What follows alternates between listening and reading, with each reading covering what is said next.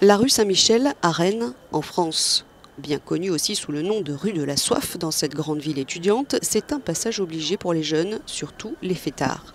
Le hic, c'est que ces nombreux bars viennent d'être frappés par un arrêté préfectoral.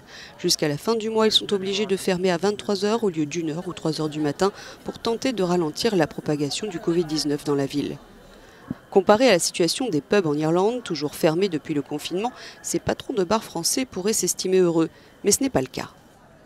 Dès l'annonce de la mesure hier, on a eu plus de 120 appels à l'UMI d'Ille-et-Vilaine de gens qui sont désespérés, qui disent on fait 20 à 30% de notre chiffre d'affaires entre 11 h et 1 h du matin. C'est le coup de grâce.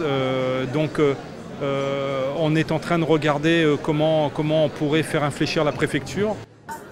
Place Sainte-Anne, en amont de la rue de la Soif, le patron du bar Tiana, où l'on ne sert qu'à l'extérieur, confirme. On prend ça pour une petite injustice parce que avec tous les efforts qui ont été faits, pour la mise en place de tous ces gestes, on a quand même la sanction.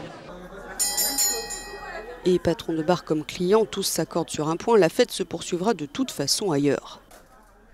Ce qui va se passer, c'est que les soirées vont se faire dans des appartements d'étudiants. Vous avez déjà vu une chambre étudiante, ce que c'est, 17 mètres carrés, quand ils vont être à 30 ou 40 là-dedans, il n'y aura pas d'agent de sécurité, il n'y aura pas la police pour venir les contrôler, il n'y aura pas de port de masque. Ouais, je pense que on va commencer la soirée au bar et puis on partira après plus chez les gens, dans les appartes, pour ceux qui ont de la place et puis voilà.